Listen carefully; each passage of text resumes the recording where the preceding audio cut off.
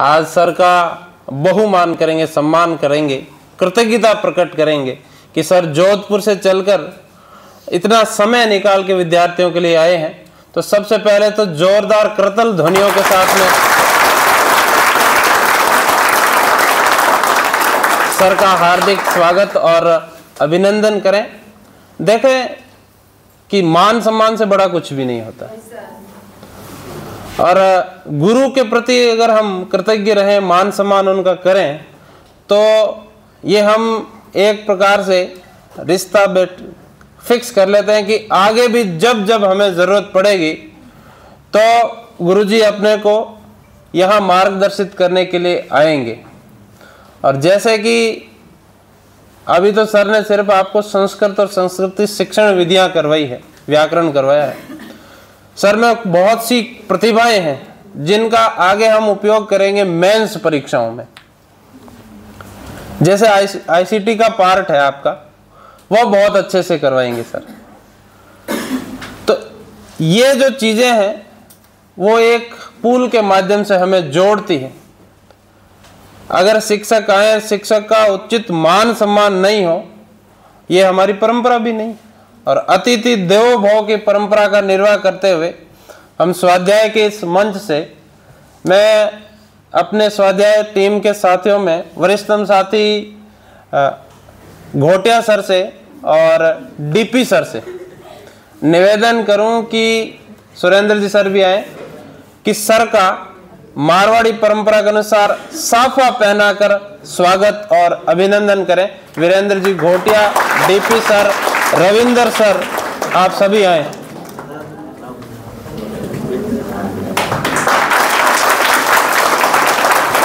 जोरदार करतल ध्वनि होनी चाहिए।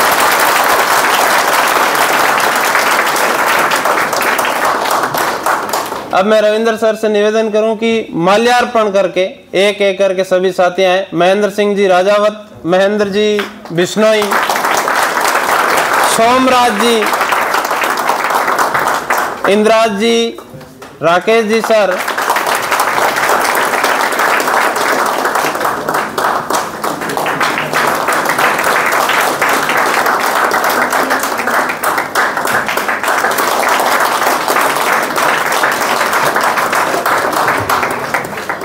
कुछ विद्यार्थियों को भी आमंत्रित करूंगा मैं, जैसे श्रवण जी है, प्रदीप है, आप भी आए, गुरुजी का उचित मान सम्मान करें। कुछ छोटे छोटे विद्यार्थी हैं अपनी क्लास में।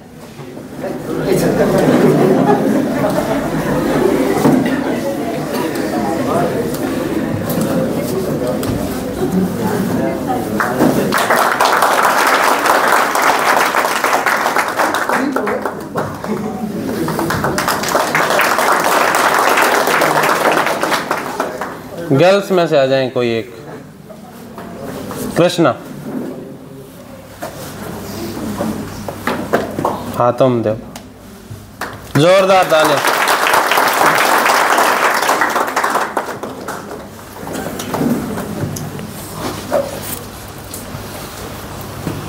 ये सबसे बड़ी थाती है और सर की गरिमामय उपस्थिति में आप सब ने बहुत अच्छे से एक हफ्ते तक जो संस्कृत विषय को बहुत सरस रूप से पढ़ा, उसी की बदौलत विद्यार्थियों के चेहरे पर जो खुशी नजर आ रही है, जो आत्मसंतुष्टि नजर आ रही है, ये सबसे बड़ी चीज है। विद्यार्थी आत्मसंतुष्ट नहीं हो, ये अच्छी बात नहीं होती है। जब विद्यार्थी बहुत प्रफुल्लित मन से अपने गुरु के प्रति अपनी कृतज्ञता ज्ञापित करता है, तो संस्थान में संचालक होने के नाते हमें भी बहुत अच्छा लगता है कि हमारे विद्यार्थी अपने गुरुजनों के प्रति कितने कृतज्ञ और भाव विभोर हैं।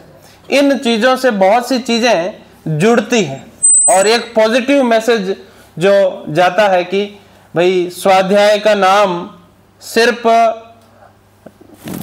बाहरी तौर पर भी नहीं है, वास्तविकता में भी वैसा ही है जैसा हम सोशल मीडिया के माध्यम से देखते हैं।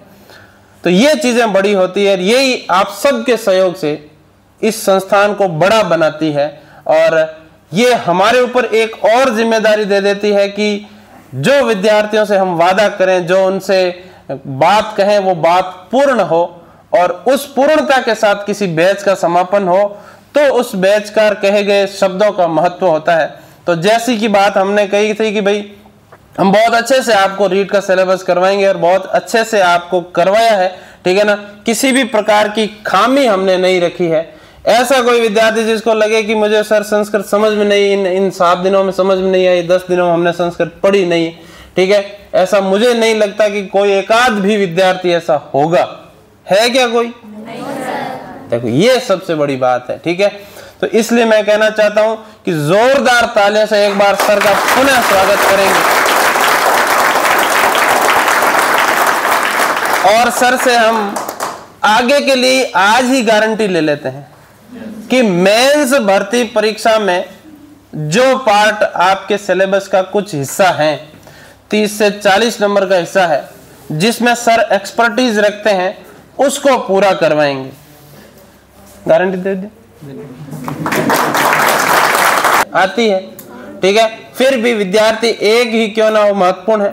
तो कल से आपकी हिंदी की कक्षाएं हैं वो आगे हम कंटिन्यू करेंगे, हिंदी की, और आपके जिन विद्यार्थियों का जो पार्ट मनोविज्ञान का कुछ रह गया है वो भी पूरा करवा दिया जाएगा अगले 1 हफ्ते में।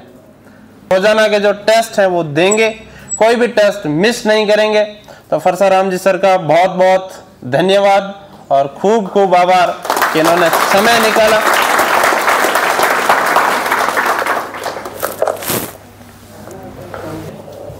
तो इनके एक तो आदेश को, ये तो निवेदन करते नहीं है कि बस आना है, तो इनके आदेश को तो मैं कभी टाल ही नहीं पाया। ये अभी जो आपके सामने खड़ा हूँ, ये सूरतगढ़ में मेरा 4था दौरा है। पहली बार मैं जो है सर जब जो यहाँ सूरतगढ़ में आए और लाइब्रेरी संचालन करते थे, राव क्लासेस के नाम से जो है क्लासेस खोली थी, उसमें अगर कोई प्रोग्राम में रहा हो तो उस कार्यक्रम की पूरी एंकरिंग मैंने की थी। उसके बाद मैं 2 बार बैच पढ़ाने आया, अब 3री बार बैच पढ़ाने आया हूँ, कुल 4थी बार केसर जी के यहाँ आया हूँ। केसर जी हमारे हैं और ये तो जब भी कहेंगे कि भाई परसाराम जी आपको ये बात ठीक आती है, आप इसको अच्छे से पढ़ा सकते हैं, तो फिर से सूरतगढ़ आइए तो मैं तुरंत आऊँगा।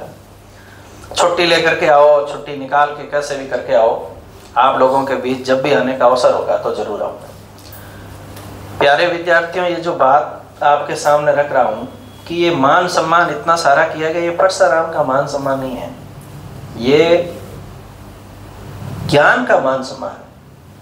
आप जब किसी चीज को हासिल कर लेते हैं, ज्ञान प्राप्त कर लेते हैं, उसको एक्सप्लेन करते हैं, ये उसका मान सम्मान है।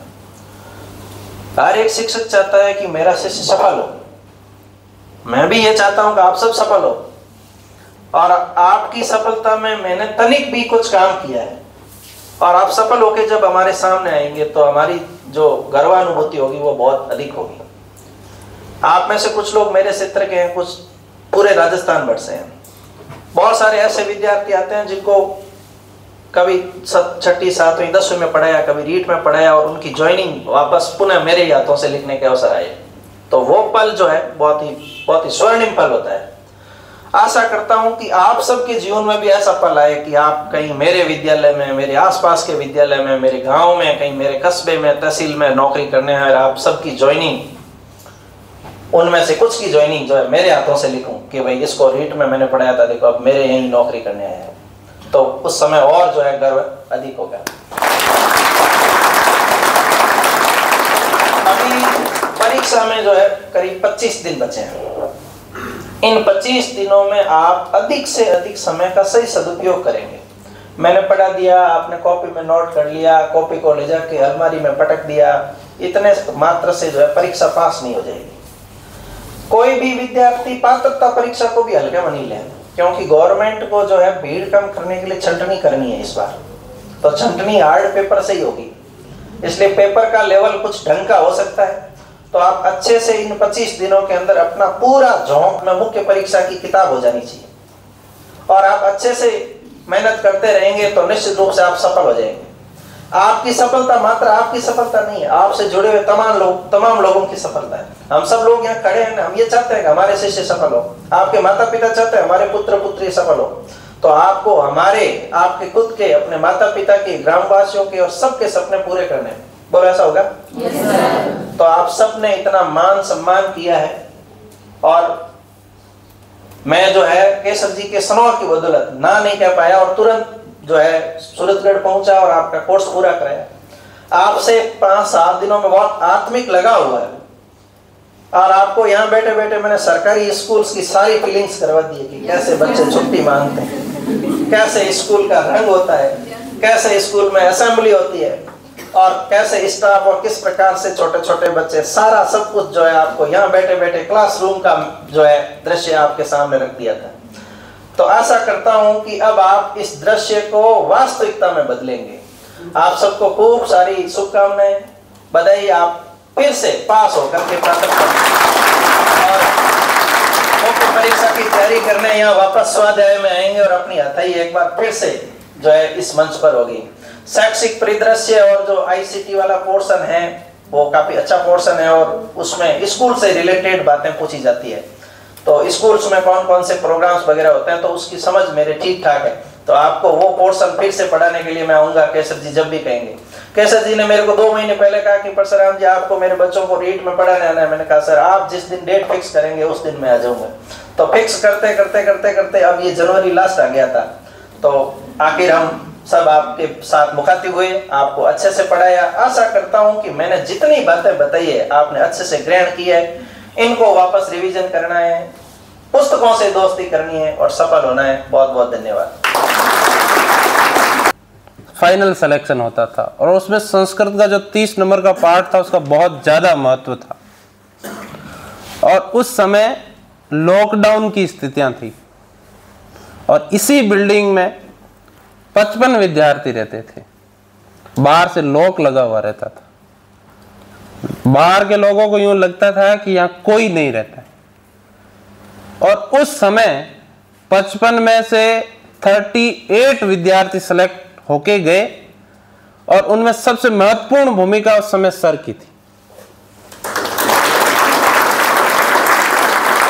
38 विद्यार्थी उस समय सेलेक्ट होके गए, क्योंकि संस्कृत इन्होंने यहीं रुक के ऊपर वाले हॉल में 20 दिन लगाए थे पूरे, और एक एक विद्यार्थी को तराशने का काम किया था। जौहरी के रूप में आए थे, और अभी तो एक ही आपके सामने ट्रेलर पेश किया है। ऐसे बहुत से जौहरी हैं जो आपको मेंस में देखने को मिलेंगे, और ये मान के चलें कि अगर आप कदम ताल नहीं तोड़ेंगे तो आप मेंस परीक्षा में सफल होके, क्योंकि गंगानगर हनुमानगढ़ साइड में स्कूलों में जगह नहीं है, मारवाड़ी जाना है, ठीक है, हमारे इलाके में मिलेंगे। जैसे सेकंड ग्रेड के विद्यार्थी बहुसंख्यक मेरे गांव में 4 विद्यार्थी मेरे ही बैच के एसएसटी के, तो आपको भी वही ज्वाइनिंग मिलनी है।